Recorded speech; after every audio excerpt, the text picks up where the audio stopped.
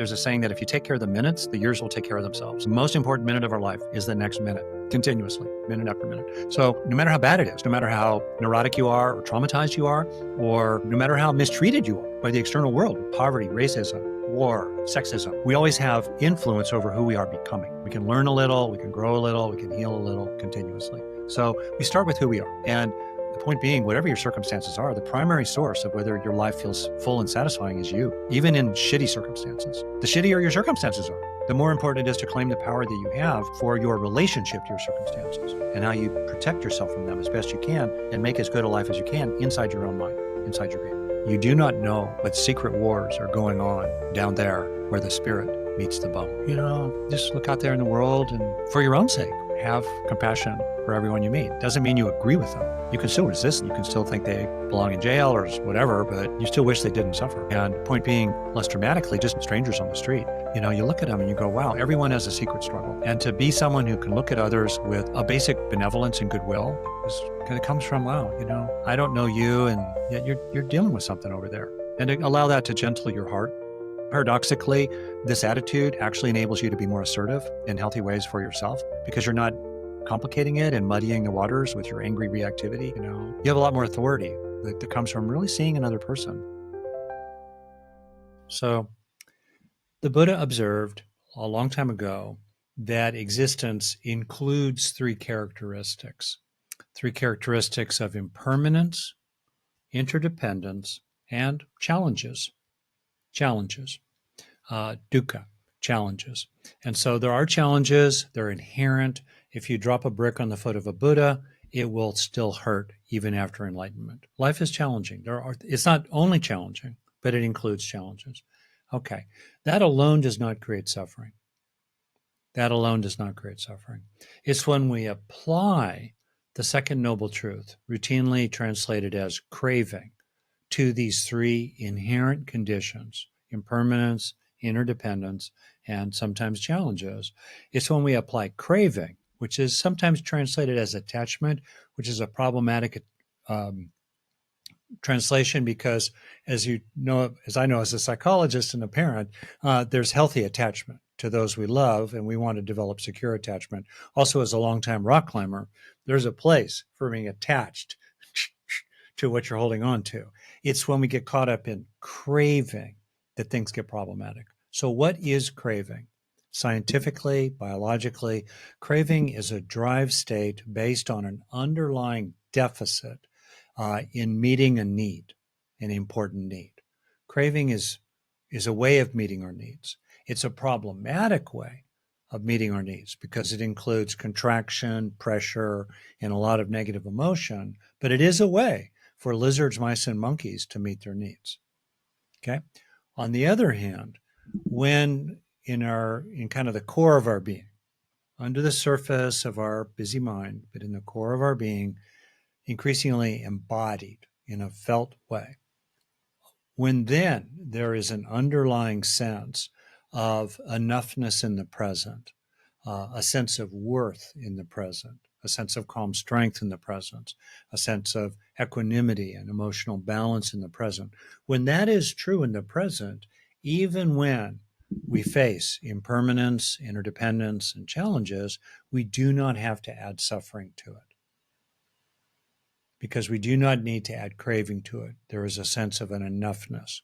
We are enough already. We are related already. We are, satisfied already. We don't need to tip into craving. That's it. So the question becomes, in very, very practical ways, how do we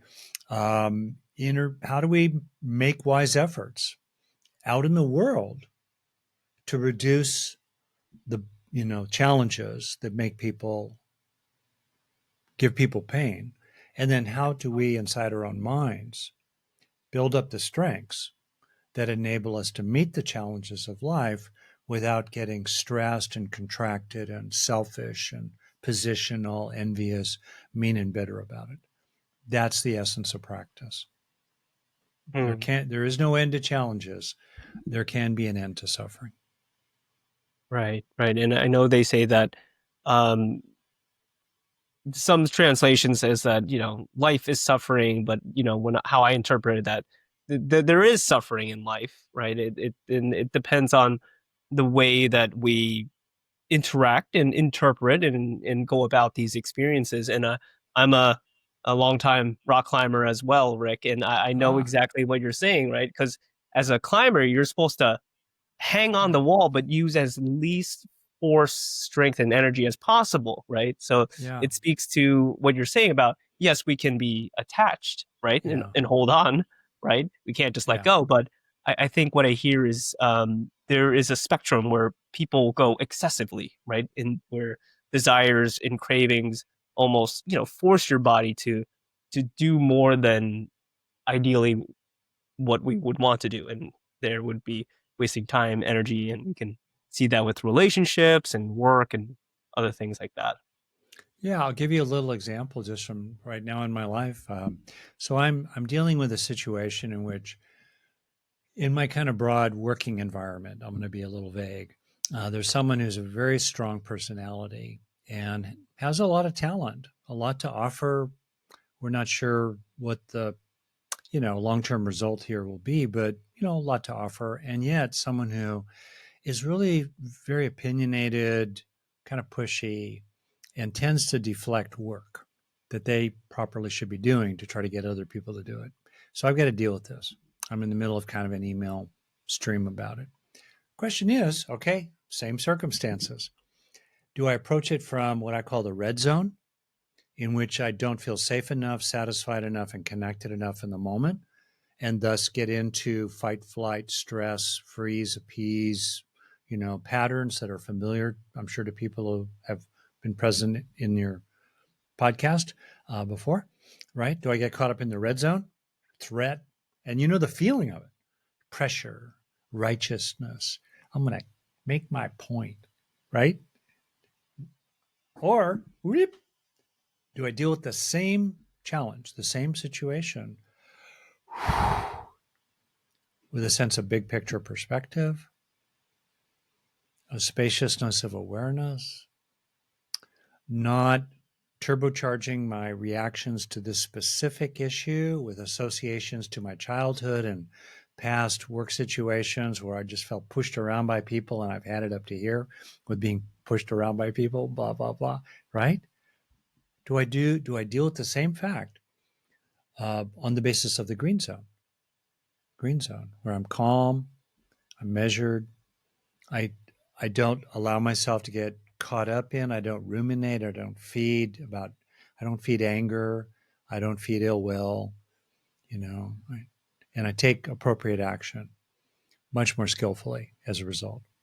That's it. So much in life is about the fork in the road, and how do we build up our tendencies inside to lean green and build up the tendencies inside and the capabilities inside to return to green as fast as we can if we've been sucked down the red road. Yeah, So much of life is summarized right there. beautiful. That's a beautiful analogy, Rick. And as someone that has a meditation practice, I'm a Yeah. huge believer, where attention goes, energy flows, right? And time is energy, right? Your emotions are energy, right? Your physical actions are energy. And um I find that a lot of people choose the red side over the green side just because it is that innate reaction, right? Yeah. Whether it's from, how we were conditioned, the ego mind, right? Having to feel right, having to feel justified. And even within ourselves, which I would love to talk about, right? And I feel like a lot of these external obstacles are a internal reflection that is coming out. So can you speak to how people sort of how that comes out in people basically? Because I find that that's like a big blind spot in many people, and they're not aware of it. And because they're not aware of it, they continue to go down that red side of the fork of the road. That's really great. So I'm a longtime therapist, and I started myself in sort of self-awareness stuff when I was quite young because I was really unhappy as a teenager and a younger kid, and so I've been at it for a while. So there's a lot to think about this. First of all, we can't do anything about our past or even who we are in the moment. But there's a saying that if you take care of the minutes, the years will take care of themselves. The most important minute of our life is the next minute, continuously, minute after minute. So you can, no matter how bad it is, no matter how neurotic you are or traumatized you are, or no matter how mistreated you are by the external world with poverty, racism, war, sexism, just all the rest of that, um, we always have influence over who we are becoming. We can learn a little, we can grow a little, we can heal a little continuously. So we start with who we are. And then that's true. So it's helpful to understand who you are. Like I grew up and I experienced a lot of, I would say, rejection and being left out and devalued. So I'm sensitive. You know, the brain is designed to learn from its experiences, especially negative ones involving other people, especially negative ones involving other people in childhood. That's the design of Mother Nature's well intended brain. Okay, we carry those tendencies with us. But we can gradually, so first step is to recognize the turbochargers, that rev us up, that distort, that freeze us.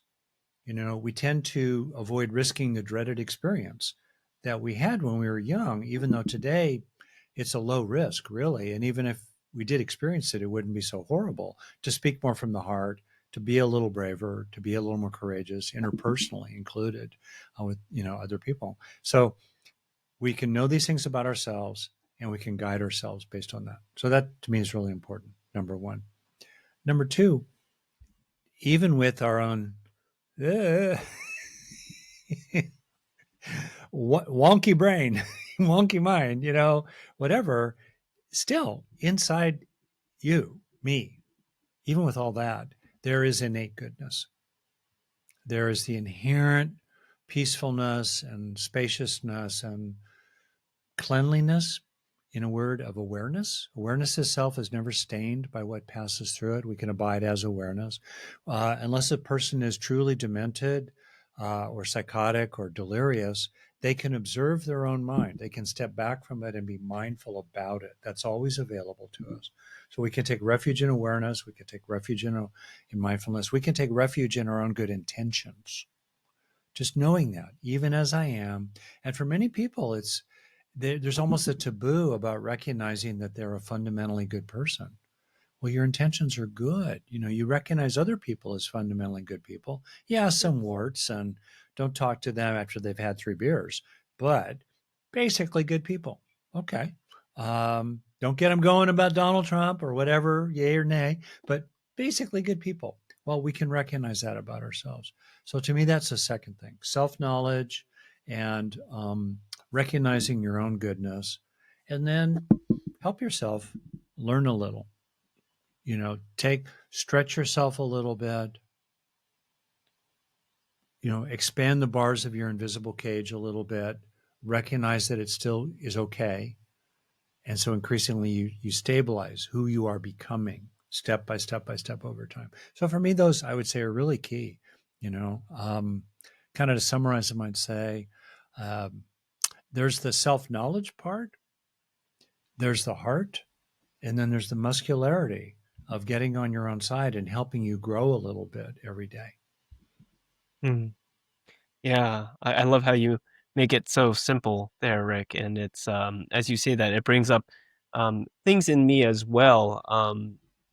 And I would love to have be a colleague or a coworker or a boss like you that's a clinical psychologist, right? And if I'm acting up, I'm like, if there's one boss or one coworker I would love is someone like you, because you can break down and, like you said, sort of zoom out of the situation, but it starts with those foundational principles that you talked about, which I think a lot of people hear it, Rick, and especially for me, speaking to my audience, which are more younger millennials, Gen Z, right? They're very ambitious, very outspoken, very passionate, vocal, but sometimes there's the common factors of uh, resistance and fears, right? And Yeah. we know change is a constant force in the universe, but fear seems to be that uncertainty, right? And it's strange, right? Because it's not what's most probable with fear. It's the uncertainty of the event that makes people stop from changing or choosing the higher good or the better action or the better way to respond. So can you speak on that? Because I think you've talked about how fear can tend to hold us back there. Yeah. Fear is interesting. I'm actually going to create a whole program on anxiety, and because it's so important, and it's just going to start with recognizing fear is normal in all its forms, from subtle uneasiness to panic and terror. You know, if you think of the evolution of the nervous system, as you know, in terms of the underlying hardware that is the basis for certain emotions, the earliest hardware that arose was basically related to fear and disgust, because that's a primal response to withdraw, from threat of one kind or another. And so that's very natural what to do about it. Uh, One way into this, so there's there's the mood of anxiety, which is sort of in a background. There's called trait anxiety. Then there's state anxiety. So I'm going to get to the mood of anxiety in a minute. But first of all, state and anxiety about specific things. People who are ambitious or who want a life, uh, they want to take certain actions, but fear maybe holds them back. What's the structure of that? Very often, there's a kind of, I call it the triangular track. So, first leg of the track, a natural expression of the self arises. We want to go into our boss and ask for a raise. We want to turn to someone in a social setting and say, hey, tell me more about yourself. You know, that comes up. Maybe we want to tell someone, I didn't like how you said that to me. We want to say something to our parents, or our older siblings. Okay. A natural expression of the self. Maybe we want to start a business, write a book, write a poem. Okay. Second, there's the expectation of pain if we do that based on our history, either we experienced or observed or imagined that, well, if I speak from my heart, if I'm vulnerable, if I'm assertive, if I, put myself in that situation, if I do public speaking, if I do if, then it will hurt. Bad thing will happen, you know. Okay. Expectation of pain.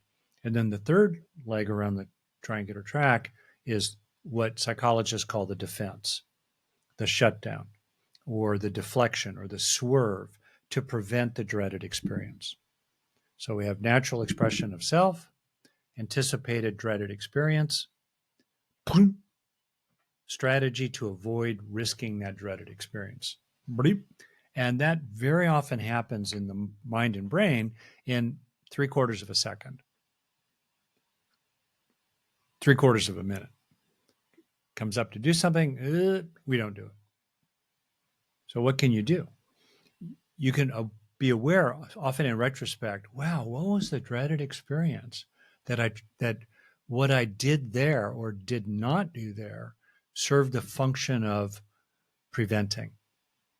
Everything the mind brain are doing has a function, or it's sometimes it's mere habit today. The function is no longer being served, but very often there's a function in real time it's trying to accomplish to keep us alive for survival purposes. What was the function? Why did I change the topic? When that other person was a little self disclosing, why did I make a joke? Why did I intellectualize? Why did I step back? What was the function that was being served, such as I was starting to experience risks of closeness, which were dreaded because in my childhood, maybe when I tried to get close to people, I was awkward and they laughed at me and I'm never going to go there again. Or maybe I grew up in a culture that punished emotional vulnerability and self-disclosure and a kind of openness. Oh, I better not do that. Why did I do that? Why did I do that? So you start to understand your own triangular track. This, what I'm talking about here, by the way, of all the tools I've ever learned in my therapeutic background, this is in the top 5. Recognize the dreaded experiences, and then in life, prod yourself to take small risks.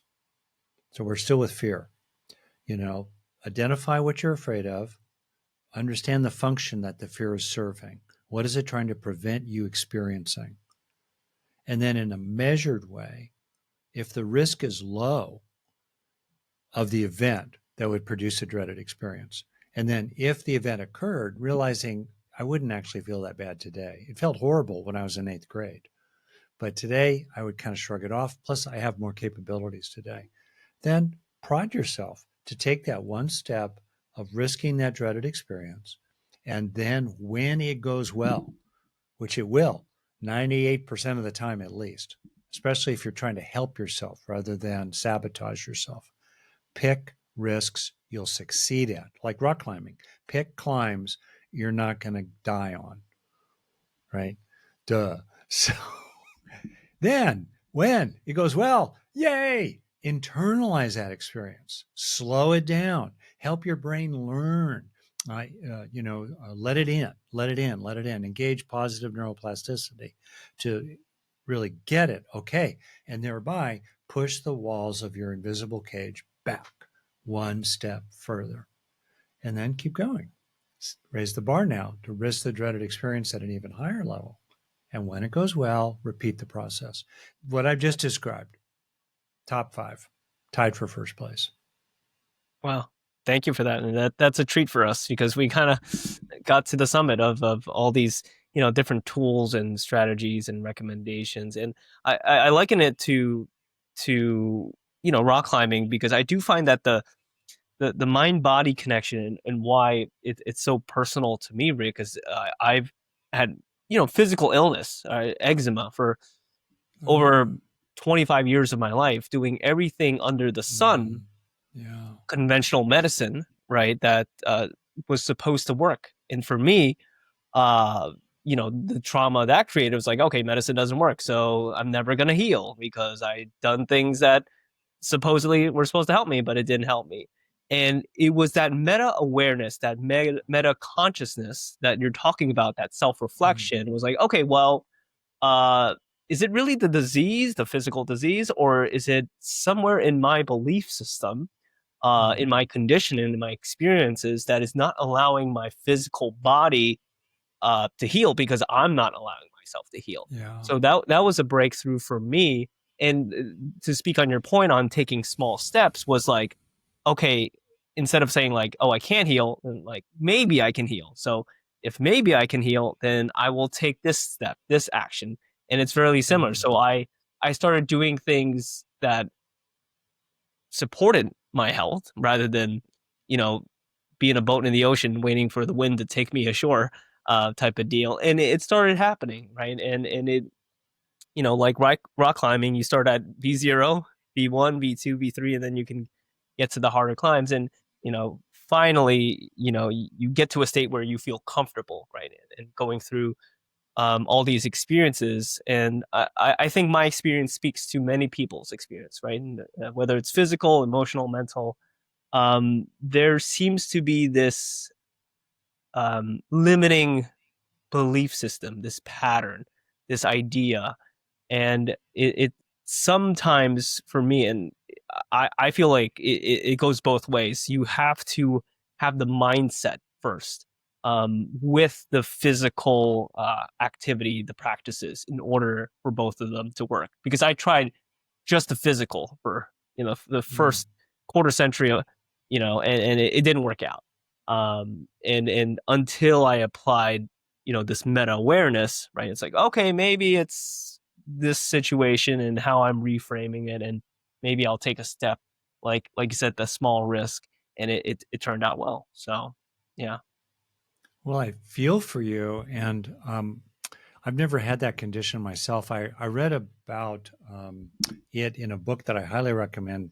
to you, Jason, I think it'd be right up your alley, and to other people, called One Blade of Grass. You may know it, by the Zen master and teacher Henry Schuckman, who's also a published poet and a beautiful writer. He had horrible eczema as a young person, and much kind of the same story, some much of the same things that you've said here. And also it's a beautiful book of his own journey of awakening and his processes around that, and his ups and downs about it. It's very readable and very beautiful. One Blade of Grass. I highly recommend it. Yeah. Thank you. And I will definitely yeah, definitely get it yeah, now. Yes. Yeah. yeah, yeah. And you know, to speak on this, Rick, another big point to what I try to teach to my audience is about consciousness and spirituality. Even though I started in my Buddhist lineage with my parents, and now sort of cultivating my own worldview. I think there was a study that, especially Gen Z, right, they feel so disconnected. They feel apathetic to the state of the world and finding fulfillment and passion in their careers and jobs. And so for me, I always try to bring experts like yourself or other people to kind of re-enchant, right, the awe for living life, and to inspire them to pursue their authentic selves and their dreams and like that. I would say, where does the topic of spirituality come in for you? Because I know different people have different definitions of spirituality, and how does that sort of dovetail into sort of how we can pursue life in a more meaningful way?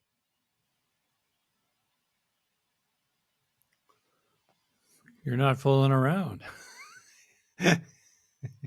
I try not to. Yeah. Well, a couple things here.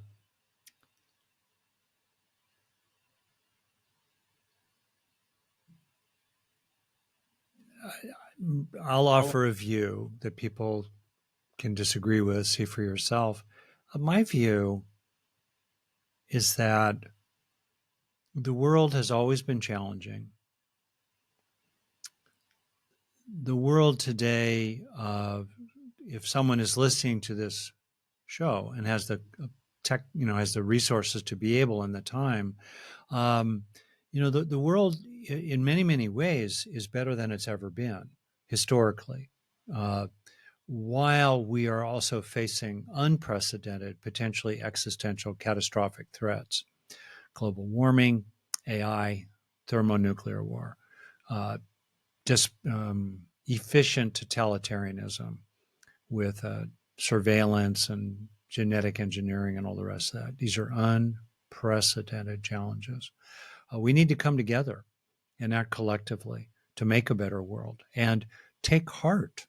It's very important. Factually, right now, while we are talking, this is being recorded, tens of millions of people and organizations around the world are making efforts today to make a better world in all kinds of ways.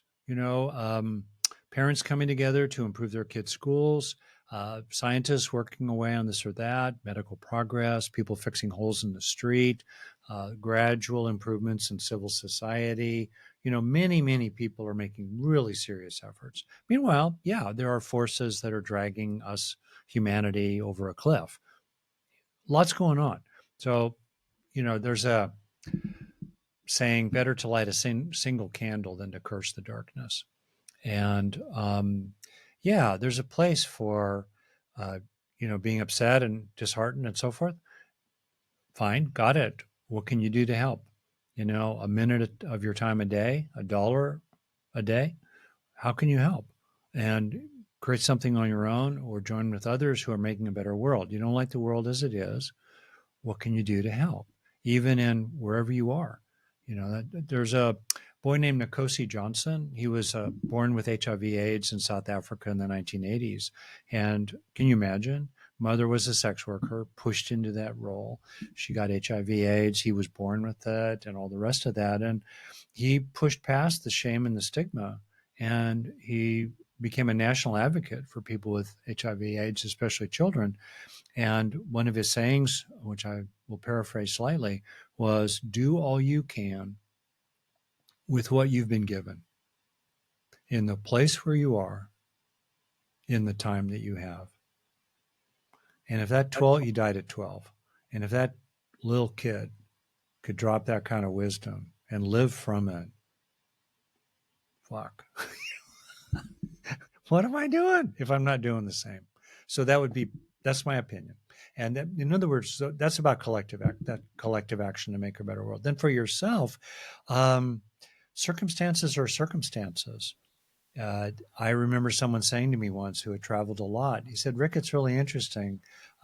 This is no defense of poverty, but generally the happiest people in the world are the poorest ones. It's very often people in very advantaged and privileged and affluent countries that are neurotic and cranky and dissatisfied and grumpy and glum. And the point being, whatever your circumstances are, the primary source of whether your life feels full and satisfying is you, even in shitty circumstances.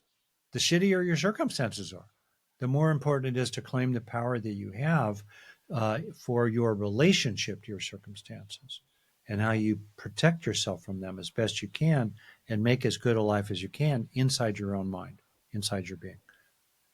I have a lot of privileges and advantages.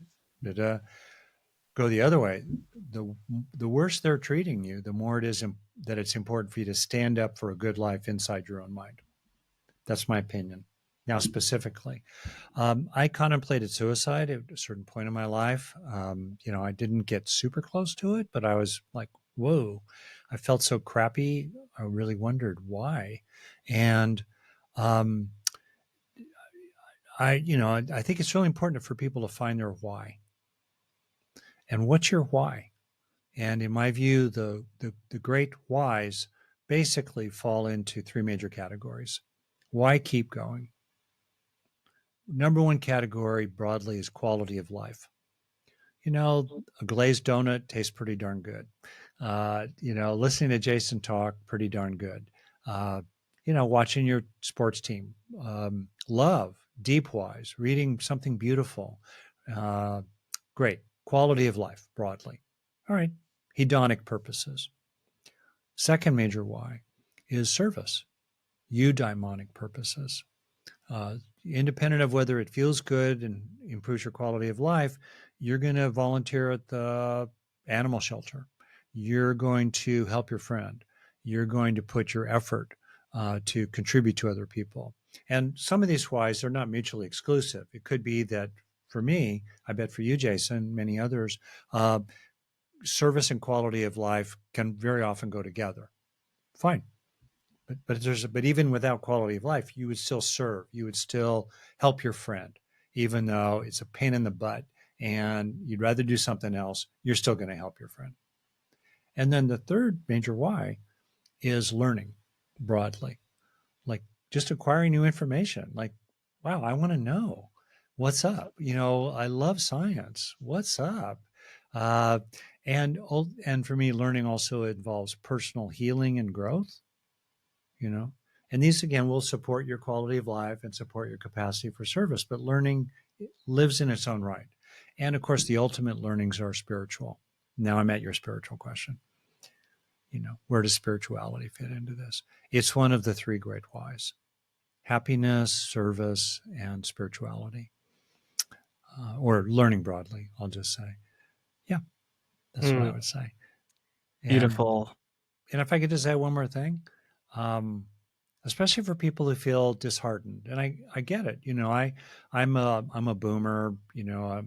I caught a set of circumstances as an American with also advantages due to being white, male, heterosexual, so forth. The economy was good. People could buy a house inexpensively. College was cheap.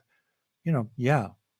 So I'm not trying to dismiss challenges now faced by people who are Gen Zers or millennials. And I think there's a place for a certain moxie and a certain fuck 'em attitude. I'm going to have a good life meanwhile. Like most people have lived under the thumb of an authoritarian tyrant throughout the last 5,000 years. Okay. And, you know, find the best way you can to have a good life meanwhile. It's kind of a revolutionary act because those dictator types, they want to get into your head. They want to intimidate you. They want to fascinate you with all this toxic spectacle. They want you to feel helpless, outrage. As long as you feel helpless, they're happy about that. Hell with that. Get them out of your head. Live well meanwhile. Mm, beautiful. You have such a soothing voice and energy and presence, Rick. I'm sure I'm not the first person to Even though tell you I'm dropping the F bomb and, no, no, kind of I feisty. totally. It was covered with flowers and chocolate. If you did, but as you were saying that, I feel that deeply within myself because I think they talk about this in Buddhism and Hinduism and other spiritual traditions where they say that the embodiment of the soul or the higher aspect of our ego and our lower self there's this intrinsic quality that tends to be pro-social. That is Mm, service. yeah. That is also to know thyself, right? To learn and grow, as you're saying, and that relationship, those qualities are independent of circumstance, which to your point, and how people that are in such challenging positions, and of course, and thank you for sharing about that suicide story because I think everyone has anxiety and depression to different degrees and on a spectrum, and especially the younger audience here, and they can resonate with that because it can feel hopeless in times where we have certain people that are controlling the narrative, and it feels helpless, and Yeah. and it almost forces the humanity out of a person where they do things out of like, okay, I have to pay the bill, so I have no choice, right? I have to do X, Y, and Z, so I have no choice. But that's really much a narrative, right? That's very much the interpretation, the definition that people give to the situation. And my big point with our understanding of this experience, this reality, is that you know um, consciousness, this body, this mind has so many ways to explore different themes, different experiences, Yeah. and usually, from what I found, Rick, is that the harder the times, the stronger the people that come out Mm, of it. mm. So I would love for you to kind of share it and comment on that because I think that when you're so not yourself, it almost forces you to become more authentic. It forces you to be who you are and perform, not for performance, right, which is the opposite, but to truly be who you are, which I've learned in different practices, which is the soul, right? If the soul is more embodied intrinsically, you tend to do more service. Oof, that's really sweet. Well, thanks for what you've said here. And you just made me reflect back on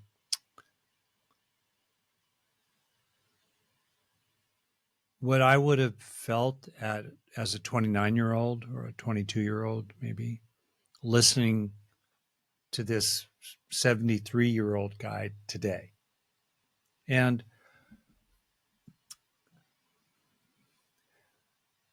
what I would like to say to that 22-year-old or 29-year-old I was way back when would be essentially one, you're a good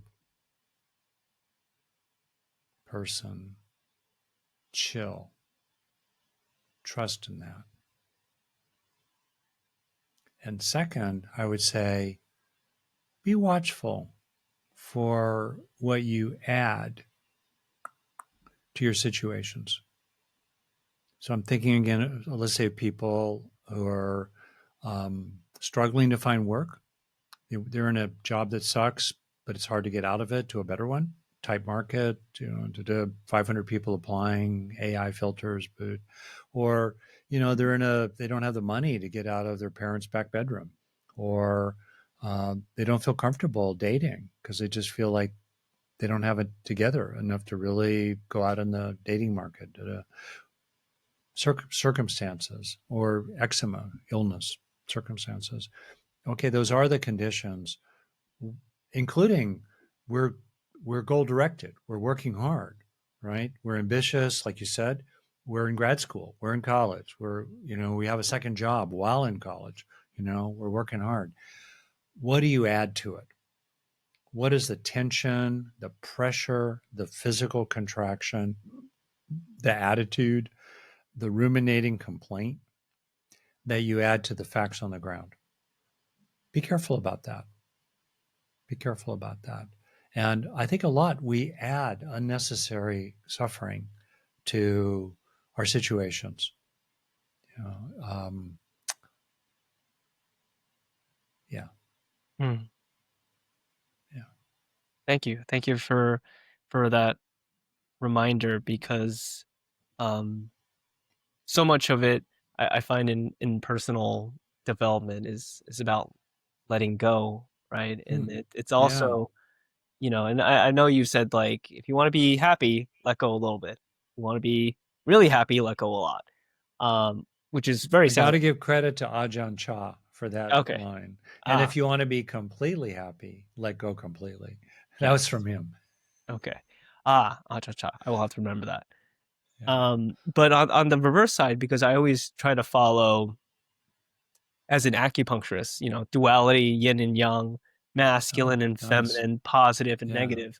I always try to Great. remind myself and the audience that there's always another side to it, right? And in addition to letting go of the limiting thought forms, habits, belief systems you have about yourself or another person, but it's also being mindful where to, plant your seeds, right? Be mindful where to put your fertilizer, right? Because you could be putting fertilizer where the weeds are growing, and you know what's going to happen, but you can't complain after, when you have a garden full of weeds. um so yeah, and I think that's super important, especially nowadays. Like you said,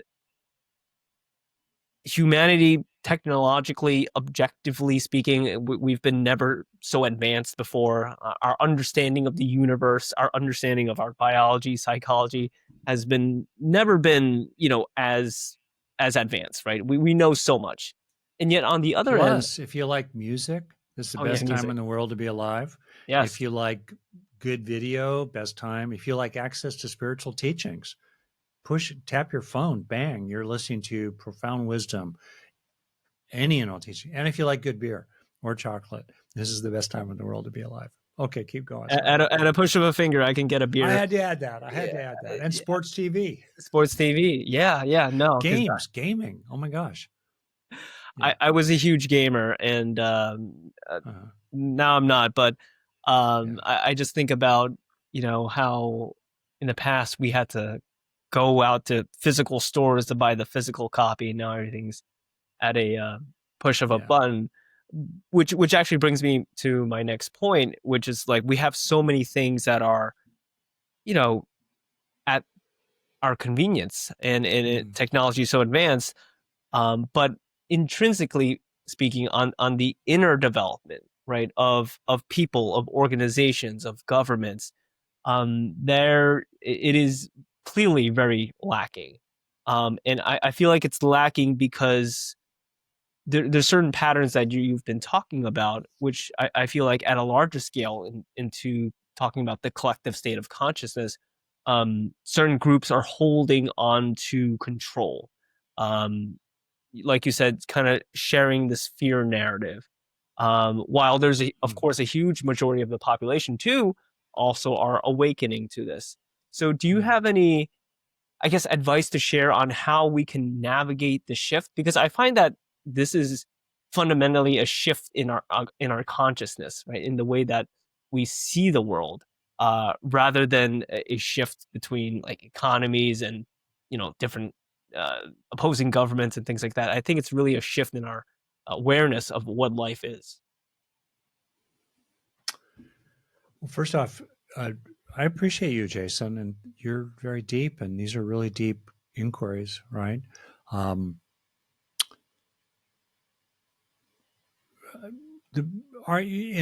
Certainly the contemplative, I'll just say it like this, in both science and I think the contemplative traditions, the deep root is to see clearly what is true, right?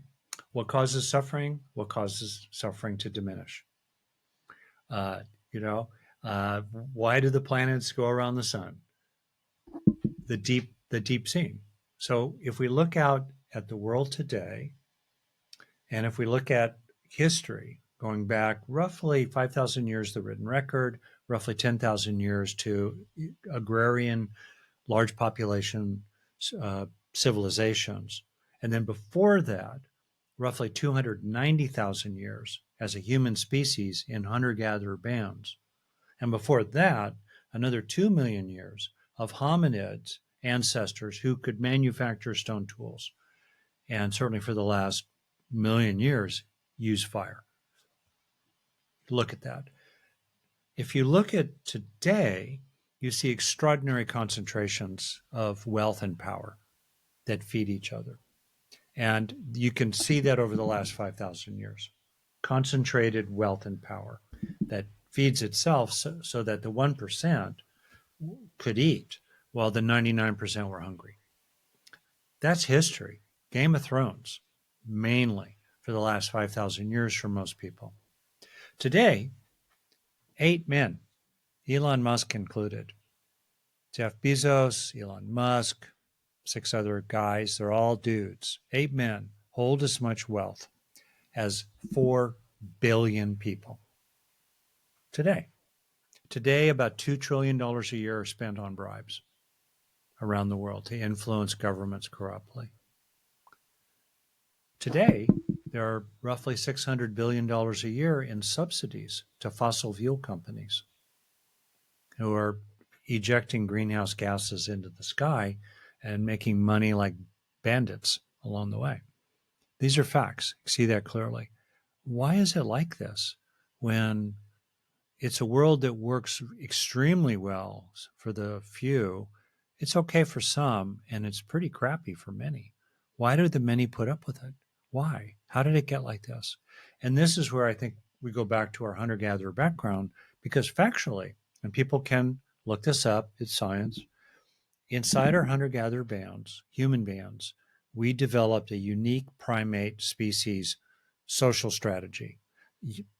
All other primates, monkeys, gorillas, chimpanzees, all the rest of them, they organize their lives based on alpha dominance. Their strategy is called holding and controlling. Hold food, control reproduction, alpha dominance. That's the primal mode of that's baboon politics. Okay, that's how they operate. Humans, with their social brain, which has tripled in volume in just the last several million years, they evolved a unique social strategy inside their bands by living closely together called caring and sharing. Compassion and justice, in other words, was the center of their organization. And so inside there were no intense concentrations of wealth and power inside the band. The many regulated the few for the common good. And in particular, the many regulated freeloaders and bullies.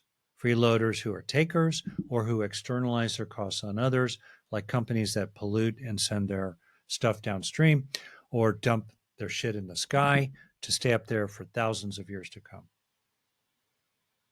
catastrophically heating up the planet. That's freeloading at a planetary scale. And bullies, big bullies. Bleh.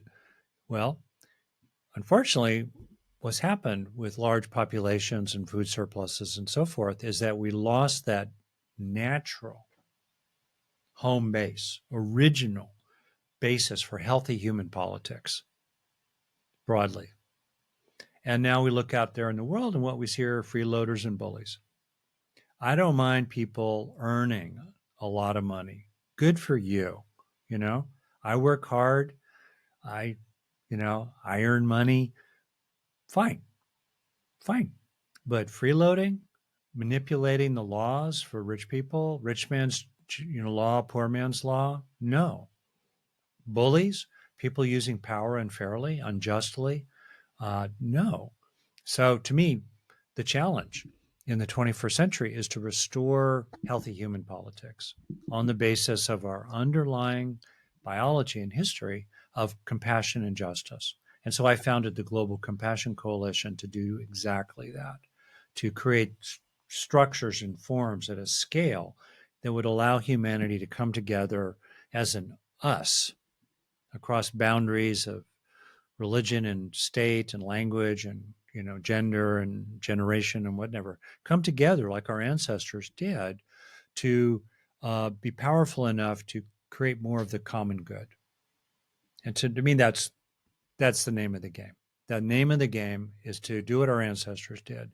They named and shamed freeloaders and bullies, and they came together and took collective action. It's not enough just to raise consciousness. We've had consciousness raising for thousands of years, beautiful saints, sages, seers, and teachers. Great. We've still had despotism the whole time for most people.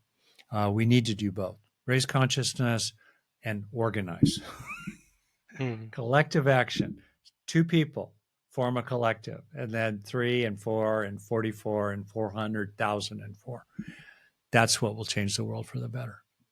And there are many movements of this sort that you can be part of. You start your own, check out the Global Compassion Coalition. It's free.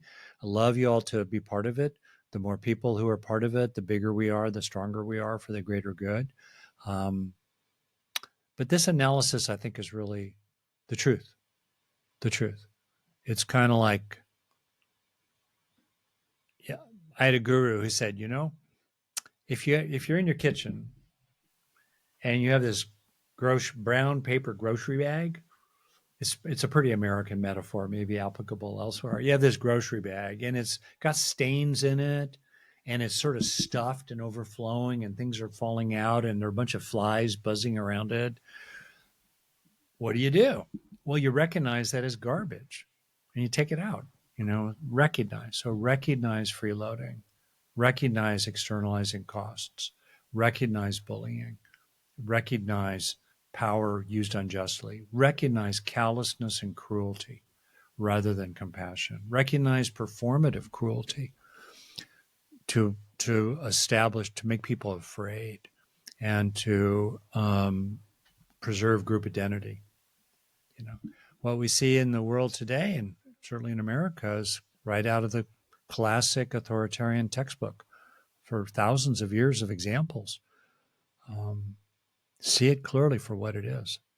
Oh, okay, I hope that rant was okay. No, I think speaking on the different scales of change, right, Rick? I think what I hear is, we started on the topic of self change, right? And how to identify certain limiting patterns and belief systems within ourselves to, improve the quality of our life, to hopefully do the things that you're talking about too, which requires that foundation, right? And I'm a huge believer of self peace leads to world peace, but like you said, you can't just believe in that and just meditate. You have to go out there in the world and recognize, name things that are clearly not in balance, and come together and through that collective action, through the Global Compassion Coalition, of course, being one example, is a great way to show that, which again surprises me, and why I'm so grateful to have this experience in life, and all this contrast. And something I try to always remind myself and remind my audience to come back to is that this is all an experience, right? And this experience is up for interpretation. This experience is up for you to define it your own way, and how you make your mark, and how you can authentically be yourself, and be more of who you are. And if you want to help the world and be the change that you want to see in the world, then go take action in the way that resonates with you. And I think that speaks very nicely again to the scales that we're talking about, because I think it is very important. to the things that you have named nowadays that have been pushed under the rug and, not many people talk about. And, it definitely is showing itself more than ever. And especially to people that are not aware of this, right? That don't try to tune themselves out of these types of conversations there. So, so yeah, thank you for that, Rick. Um, and just as a final closing question, Rick, I have to say this conversation has been very transformational for me because I'm very much sensitive to people's energy, and you have this very calming presence that's Yeah. evoking certain things to come out of me too. So I'll have some meditating and journaling to do, which I'll email you about. But you started off with a wonderful way of talking to your younger self, right? You said to, Mm. like, everything's gonna be okay, just chill, just relax. Um, and I know we're talking about, different times and histories, but for the audience, what is one practical practice that they Mm. can do that they can bring this self peace that they're cultivating into the world? Um, because I think there's many different types, but I would love to hear something that would be your go-to. Well, a couple, and they're as they come to me, they're a little funny. Some of them. The first one that arose was, and you could find your own words for this. It's like, imagine you're going through your day, and other people are doing their thing, sometimes coming at you, and you just remind yourself, I'm not implicated. I need to maybe deal with something, factually, like, but I'm not implicated. It's not my problem, not my, they say, not my monkey, not my zoo, not my job, just not out of callous indifference, but more like, and often it's compassion with equanimity. I'm not implicated. I'm not I'm not bound. I'm not, we often go through life and it's as if life is, different things are happening. Life is moving up or down, and we feel attached to it with a steel bar. So if it goes up, we got to go up. If it goes down, we got to go down. We're implicated. Better to be, connected to life by a very loose, flexible cord. So you're here, life goes up, you're still here. Life goes down, you're still here. I'm not implicated. And I think it's possible. I'm a little leery of generational generalizations, but when I think about culture and technology, the life that you've led, Jason, and people of your age, roughly, the amount of time on social media is just really extraordinary, and it's very bombarding. Just think back on our brain as a hunter-gatherer Stone Age brain. Fast forwarded, warp speed into the 21st century. What? We still have a Stone Age brain, same brain. And so all that bombardment through social media, I think, can make people feel like overwhelmed by it. Too many bright lights, so people start to squint and turn away and put on sunglasses and check out. So paradoxically, it could just kind of help us be ourselves and not so beleaguered and on our back heels with this bombardment of historically unprecedented, biologically unprecedented stimuli. Just keep reminding, no, I'm not implicated. No, I'm not implicated. In a paradoxical way, I think that actually opens up more space for people to tune into their loving and caring and compassionate heart because they don't feel so overwhelmed. That was my kind of first thought Mm, as a practice. mm. Um, a second one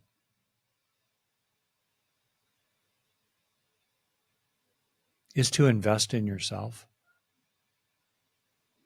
Uh, so many occupations today did not exist 10 years ago. So many occupations today will not exist in 10 years. But meanwhile, you can invest in your own physical training, your own health and wisdom. Tune into Chinese medicine. My wife is an acupuncturist also. She only has a master's degree. She's not a doctor. So, but anyway, like you are, Jason. Um, Invest in your mind, invest in your practices, who you are. A lot of that investing is uncovering the jewels that have always already been there within you that you can now become more in touch with. Invest in yourself. That's under your control. Whatever global warming or China does, or who knows what do, your investments in yourself will be that which you can take with you wherever you go. I think that's the second one. How are you? How are you helping yourself these days? How are you investing in yourself these days? I would say that. And then maybe I'll just offer a third. I'm sticking with my rule of three here, roughly. I'm reminded of this poem from Miller Williams, I believe, Miller Williams. People can look it up. This is pretty close. He says, have compassion for everyone you meet. It's not conceit. And then there's something, something. And then the lines, you do not know what secret wars are going on down there where the spirit meets the bone.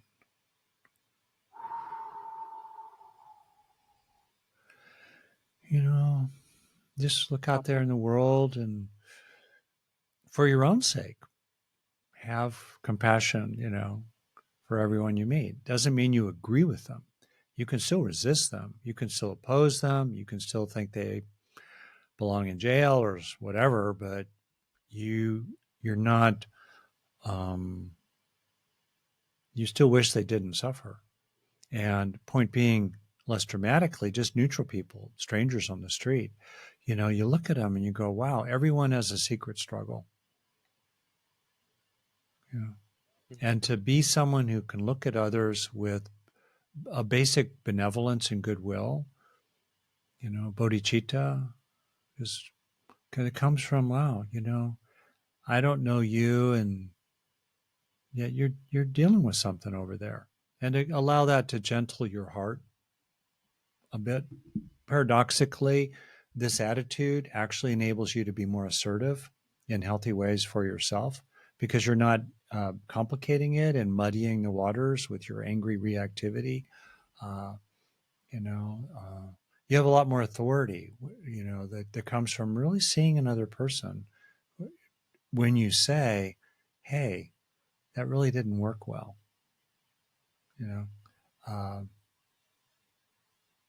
And I find it's actually a beautiful practice for our own stress relief, to just kind of rest and to locate a kind of unconditional goodwill for others through which they move in the context of which, for some people, you're not going to ever want to talk to them again, or you're going to resize the relationship. You may still need to be in relationship in some ways, but you're going to shrink it so to the scale that's actually safe based on underlying causes and conditions.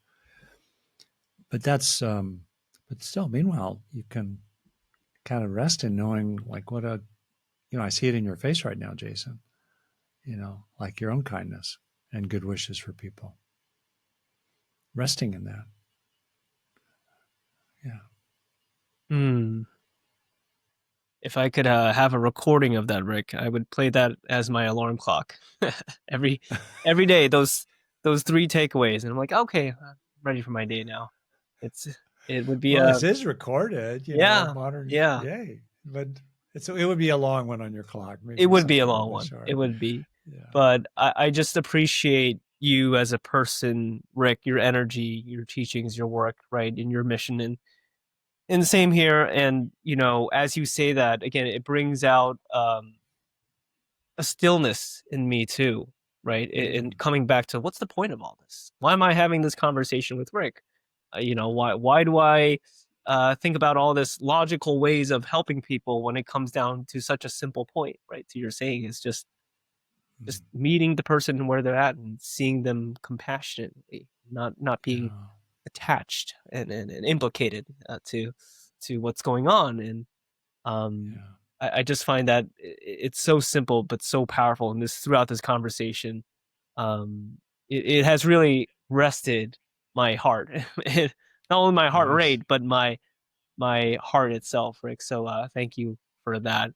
And for the Mm, audience, Rick, if yeah. they would want to connect more with you, where can we send them to?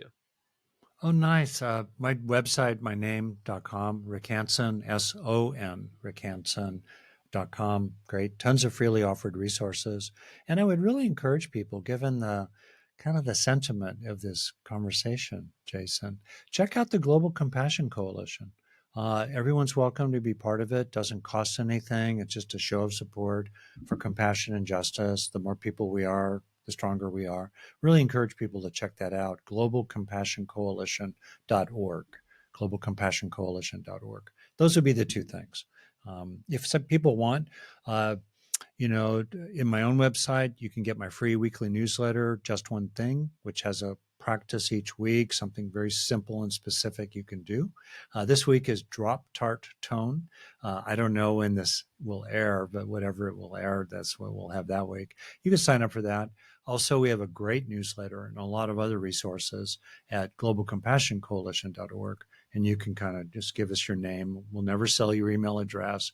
You can always unsubscribe. So I would check out those two things. Amazing. And you really followed that rule of threes religiously. Drop, tart, tone. I was Very true. That's really repeating that smart. in my head. Okay, gotta look out for that one as I sign up there. So thank you again, Rick, for this Thank you, wonderful Jason. conversation. And Same. I would love for you to be on for our part two. I know we've covered a lot in this short conversation, but I hope the audience took away the energy and the teachings and what you've shared as much as I have. And it's yeah, I have to say this is my first conversation where I felt like, even though I wasn't talking about myself, I felt like I shifted in just listening and being present with you. Oh, So nice. I'm sure your other clients have spoken about you in the same way, but just to share Well, to you what I felt. Yeah. thank you. That's kind. And that's a lot about you, that you are available to growth, which is beautiful. I think that's one of the most virtuous things about a person, their own availability to learning and growing and healing and Mm, awakening. Yeah. mm. Well said. Well said. Good for you. Well, Well, Dr. Rick bows, Hanson, triple thank you so bows. much again. Thank you.